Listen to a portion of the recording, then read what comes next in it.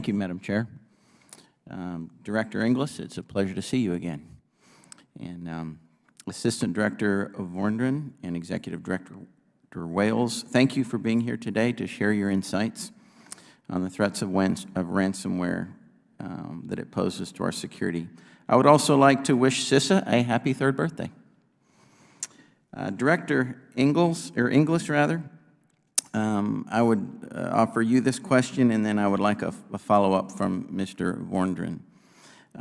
I believe that a country's defense is best summed up in its offense, in its offensive capabilities. So without a strong offense, I think our nation will lack the ability to deter and respond to attacks conducted by both state and non-state actors.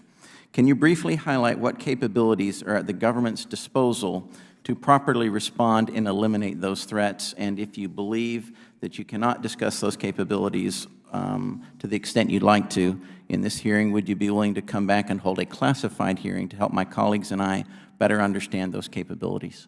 I would certainly be pleased to come back in a classified hearing and describe these things more fulsomely. But I would say that in cyberspace, as much as cyberspace can impact any instrument of power, we should in return be able to use any instrument of power to affect cyberspace. So our offense, as it were, is not simply our ability to do things in and through cyberspace, but to apply legal remedies, financial remedies, diplomatic remedies, private sector remedies. They have authorities on their own owned infrastructure to bring all that to bear in a concurrent, fulsome way such that we impose cost on adversaries. That would be, I think, a proper and fulsome offense. Again, offense must be an extension of the defense. So the defense needs to be kind of equally important to us. Thank you.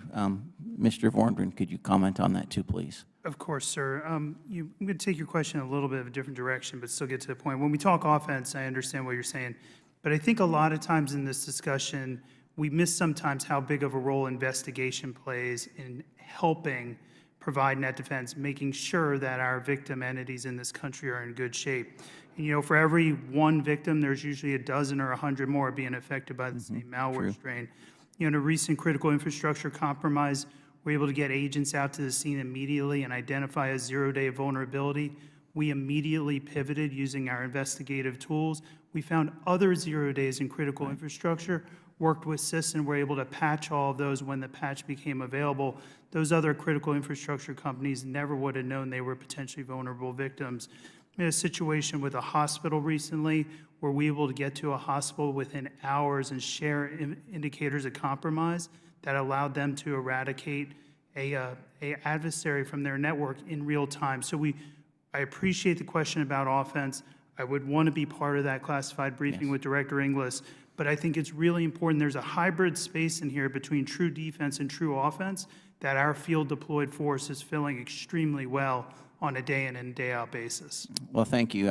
I think that cyber attacks are one of the most dangerous ones where outside entities can pierce our defenses and affect our civilians that don't have the offensive or the defensive capabilities. Also, Assistant Director Vorndran, in your testimony here, you say that DOJ also has extensive experience in navigating complex privacy and civil liberty issues that will inevitably rise from new requirements and would prove to be invaluable in helping to set the standards that strike the right balance to ensure that incident report information is collected, stored, and shared appropriately. What is not mentioned is ensuring civil liberties are protected. Would you speak to the importance of protecting these civil liberties and the commitment of the FBI and the DOJ to do just that, please? Sure. Thank you. Any new incident reporting legislation, the FBI and Department of Justice's position has always been the same.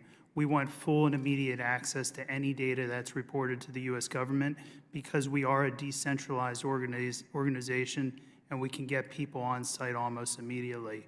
We're also very, very attentive and understanding to civil liberties, personally identifiable information, and everything that's derivative of that. And we would be willing to work within any confines of a bipartisan bill to make sure that those elements are clearly protected to make sure everybody's in a good space. Okay, thank you. I appreciate that commitment.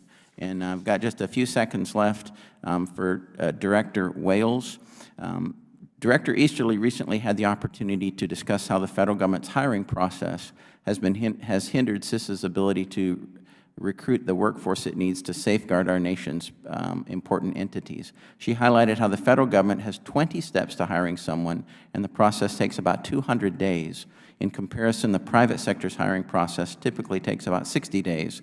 Can you provide the committee with some recommendations on how we can streamline the hiring process so that CISA can be better staffed so it can more effectively carry out its mission? Sure, sir. That's a great question.